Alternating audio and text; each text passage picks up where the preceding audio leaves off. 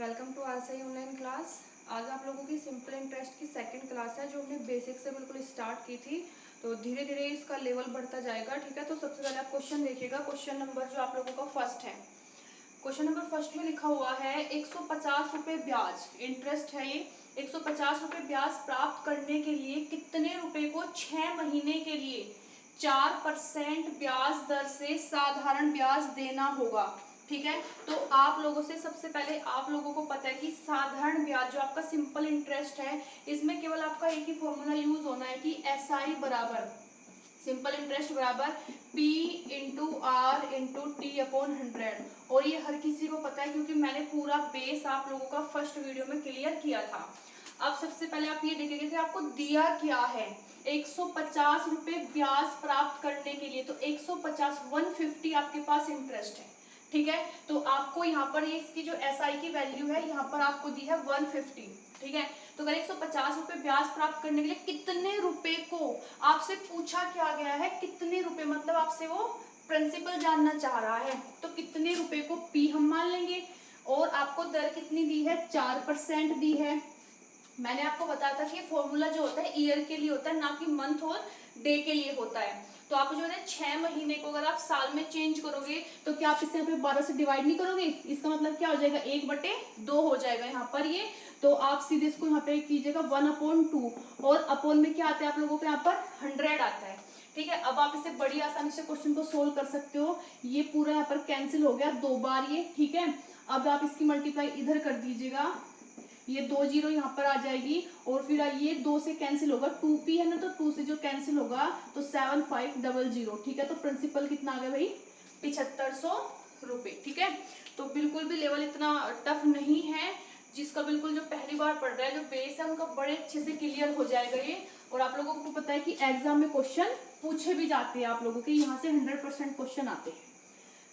अब देखिएगा next question है जो आप लोगों का नेक्स्ट लिखा है, यदि कोई राशि साधारण ब्याज एसआई सिंपल इंटरेस्ट साधारण ब्याज की वार्षिक दर से 3 वर्ष में स्वयं की 7/6 गुना हो जाती है तो ब्याज की वार्षिक दर बताइए। देखिए, मुझे इसमें बताने की जरूरत नहीं पड़ेगी कि ये क्वेश्चन एग्जाम में आया हुआ है नहीं आया हुआ है, वो आप लोगों को भी पता है कि इस टाइप के क्वेश्चन जो है आप लोगों से डायरेक्ट ये क्वेश्चन आपसे पूछे गए हैं। तो अब आप लोग देखिएगा आपको करना क्या है। वो कह रहे हैं यदि कोई राशि साधारण ब्याज की वार्षिक दर से 3 वर्ष में स्वयं की 7/6 गुना हो जाती है तो ब्याज की वार्षिक दर बताइए। तो उसने आपसे इसमें वार्षिक दर जो पूछी है वो आपसे इसमें जानना चाह रहा है कि आपको रेट बतानी है। वार्षिक दर जो होता है आपको ना रेट बताना है इसमें। ठीक है, और समय आपको कितना दिया है, समय आपको 3 वर्ष दे रहा है, स्वयं की 7/6 हो रही है। अब आपको यहाँ पर एक तो प्रिंसिपल चाहिए, ठीक है, और एक आपको यहाँ पर ब्याज चाहिए, तभी तो आप रेट निकालोगे। क्योंकि इस फॉर्मूले में आपके पास 3 चीज होनी चाहिए, तब आप जाकर ये चौथी चीज निकालते हो। तो स्वयं की 7/6 गुना हो रही है, अब हम यहीं से निकालेंगे। याद रखना नीचे हमेशा प्रिंसिपल होता है, नीचे हमेशा प्रिंसिपल होता है। आपके पास 6 रुपए है, 7 रुपए बन गए, तो 7 रुपए तो अमाउंट हुआ कि नहीं हुआ। जब आपके पास 6 रुपए थे 7 रुपए बने, तो आप मुझे बताइएगा कि इस पे ब्याज कितना लगा होगा, तो ब्याज 1 रुपए तो लगा होगा यहाँ पर। तो एसआई हमारे पास यहाँ पर कितना आ गया, एसआई 1 आ गया। ठीक है, प्रिंसिपल कितना आ गया, 6 आ गया। अब आप लोग इस क्वेश्चन को बड़ी आसानी से निकाल सकते हो। साधारण ब्याज 1, मूलधन 6 और दर आपसे पूछी है, समय आपको 3 वर्ष और बटे 100 ये आपको दिया हुआ है। ठीक है, अब आप इसे थोड़ा छोटा भी कर सकते हो। यहाँ पर ये 2 से 3 बार तो ये यहाँ पर जाएगा और ये कितना गया 50 बार। आर की वैल्यू पूछी तो 50 यहाँ जाएगा, 3 दिया 9 नीचे आएगा, तो ये आर आपका यहाँ पर हो जाएगा 50/9 और इसका मतलब होता है 5 सही 5/9%। क्वेश्चन क्लियर है ना। आप लोगों को क्वेश्चन की लैंग्वेज पढ़नी है। सबसे पहले देखिएगा कि उसने दिया क्या है और आपको भी आगे निकालना क्या है। ठीक है, और एक इसका फॉर्मूला है, बड़ी आसानी से क्वेश्चन सोल्व हो जाएगा। क्वेश्चन नंबर 3, क्वेश्चन नंबर 3 में क्या लिखा हुआ है, कितने समय में।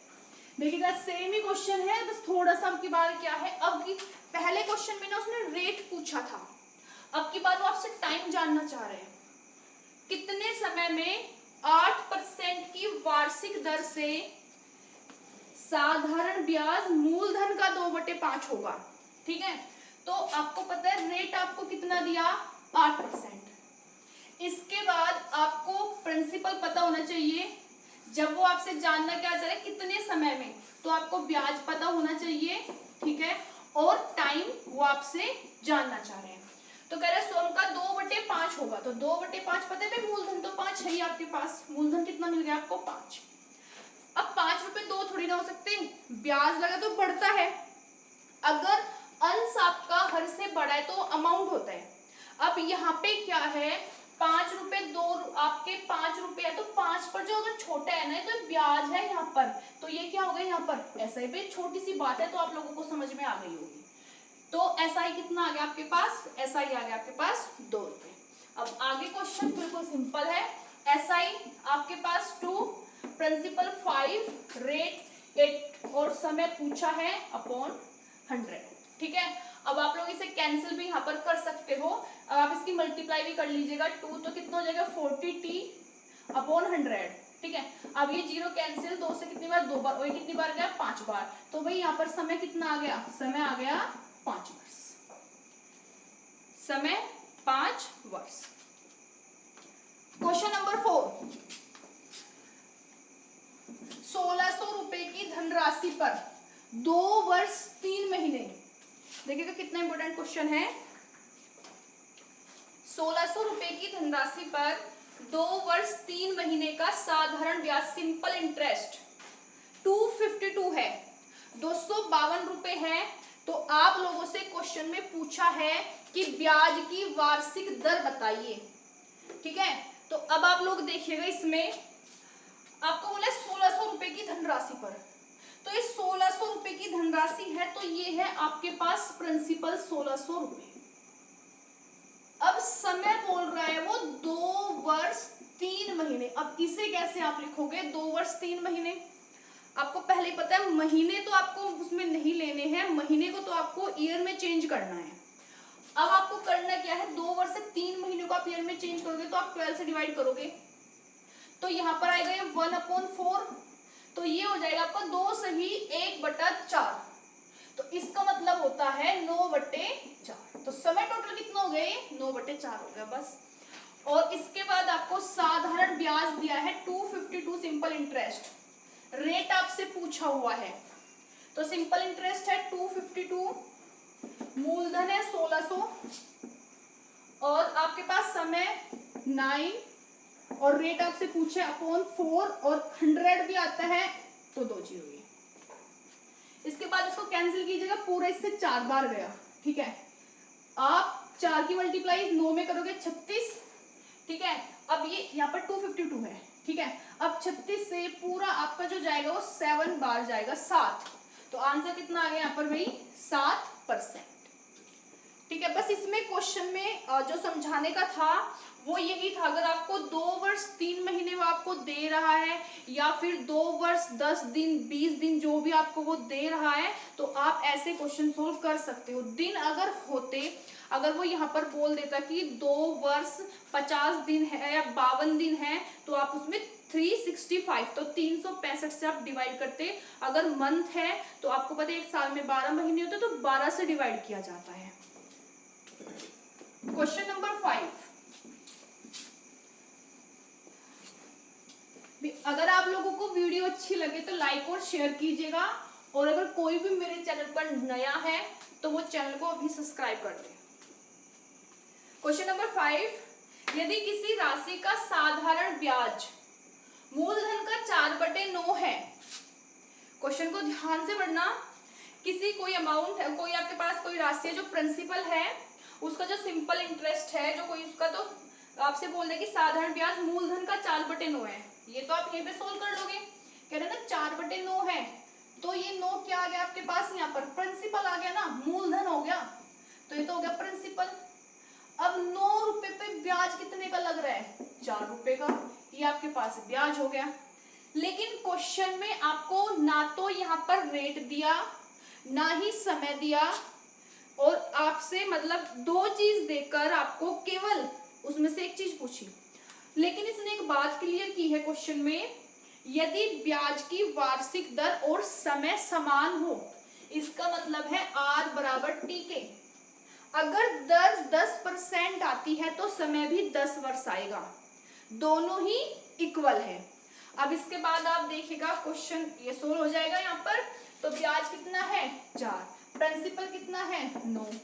अब आपसे पूछा हुआ है तो दर बताओ, तो रेट आपको बतानी है R, तो समय भी T नहीं लिखना। अगर दोनों इक्वल है तो T नहीं लिखना है, तो ये भी आप लोगों का कितना हो जाएगा, इसको भी R ही लिखो और अपॉन ये आपका 100 हो जाएगा। 100 की मल्टीप्लाई 4 में होगी तो 400, 9 ये नीचे आएगा और ये R², क्योंकि R मल्टीप्लाई R तो R² हो गया। अब आप ये स्क्वायर हटाओगे तो अंडर रूट लिया जाएगा। ये कितना हो जाएगा आप लोगों का 20/3। अब 20/3 का मतलब कितना होता है 6 सही 2/3% आप लोगों का आंसर। रेट आ गया 6 सही 2/3%। अगर बोले समय बताओ तो भाई समय भी 6 सही 2/3% ही है, क्योंकि दोनों उसने क्लियर किया है कि दोनों ही इक्वल है।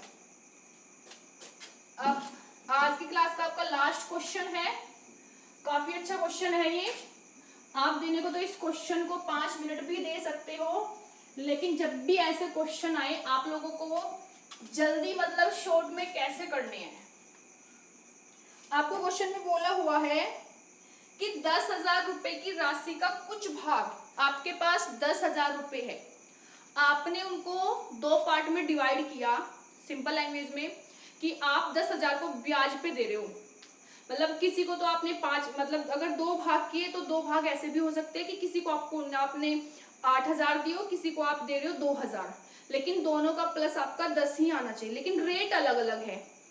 तो कह रहा है कि 10,000 रुपए की राशि का कुछ भाग तो 8% की ब्याज दर से, और बाकी जो शेष बचा वो आप दे रहे हो 10% से, उधार देते हैं। और यदि औसत वार्षिक ब्याज दर एवरेज आपको उसका दिया हुआ है, तो आपसे कह रहा है कि यदि एवरेज जो है, अगर हम इन दोनों का एवरेज निकाले तो वो 9.2 है।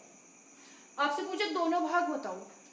जब भी मैंने आपको शायद प्रॉफिट एंड लॉस में बताया था कि अगर वो आपको एवरेज देना, अलग अलग परसेंटेज देने के बाद फिर आपको उनकी एवरेज दे, तो हमेशा एलिगेशन मेथड लगाओ, सबसे सिंपल तरीका है। चाहे क्वेश्चन आपका प्रॉफिट एंड लॉस हो, परसेंटेज हो, या आपका सिंपल इंटरेस्ट हो, तो हमेशा आप लोगों को अलग अलग परसेंटेज देने के बाद फिर एवरेज दियो तो एलिगेशन लगा दीजिएगा। हम कैसे लगाएंगे, 10,000 की राशि पर कुछ भाग 8, जो फर्स्ट इनकी अलग अलग, देखो पहला भाग दूसरा भाग, कुछ भाग 8% से, बाकी जो बचा 10% से, तो जो इनका फिर एवरेज बोला, एवरेज हमेशा बीच में लिखा जाता है इनकी, बस ये पॉइंट आप याद रखना 9.2%। अब आपको करना क्या है, माइनस करने हैं। 10 में से 9.2 आपके माइनस होने हैं, ठीक है, और 9.2 में से आपका 8 माइनस होना है। अब यहाँ पर कितने आप लोगों के, अगर आप ये 0.8, यहाँ पर 0.8 आ गया, वो भी परसेंटेज में, ठीक है, और यहाँ पे आप लोगों को कितना आया है 1.2%। परसेंटेज से परसेंटेज कैंसिल, पॉइंट से पॉइंट कैंसिल, आप इनको कैंसिल कर सकते हो और भी छोटा कर लो, 4 से 2 बार ये गया और 4 से 3 बार ये गया। उसके पास टोटल 10,000 रुपए है, मेरे पास टोटल कितने यूनिट है 5। टोटल की कंपेयर टोटल से की जाती है, मेरे पास टोटल 5 है, उसके पास टोटल 10,000 है, और उसके पास है टोटल 10,000। 1 यूनिट की वैल्यू निकाल लीजिएगा कितनी आएगी, 1 यूनिट की वैल्यू आ गई यहाँ पर 2,000। आपसे कह रहे कि दोनों भाग बताओ, एक भाग 2 यूनिट है, एक भाग 3 यूनिट है। 1 की वैल्यू 2,000 है तो 2 की वैल्यू कितनी होगी भाई 4,000। दूसरे की आपको कैलकुलेशन करने की जरूरत नहीं है, टोटल 10,000 है, एक भाग आपको किसी को 4,000 दे रहे तो दूसरा तो 6 ही बचेगा ना, क्योंकि उनका प्लस होना है। सपोज करते हैं कि अगर मल्टीप्लाई बड़ी होती तो आप झट से कर लेते इसको। 1 यूनिट की वैल्यू 2,000 तो 2 की 4, 1 की वैल्यू 2,000 तो 3 की 6,000, तो भाई आपके पास दोनों ही पार्ट आ गए, ठीक है। तो ये आज आप लोगों के पूरे 6 क्वेश्चन थे, जो हमने थोड़े आप लोगों के धीरे धीरे हम लेवल बढ़ा रहे हैं, लेकिन क्वेश्चन बहुत अच्छे थे, ठीक है। आप लोगों को अच्छे से इनका रिवीजन करना है।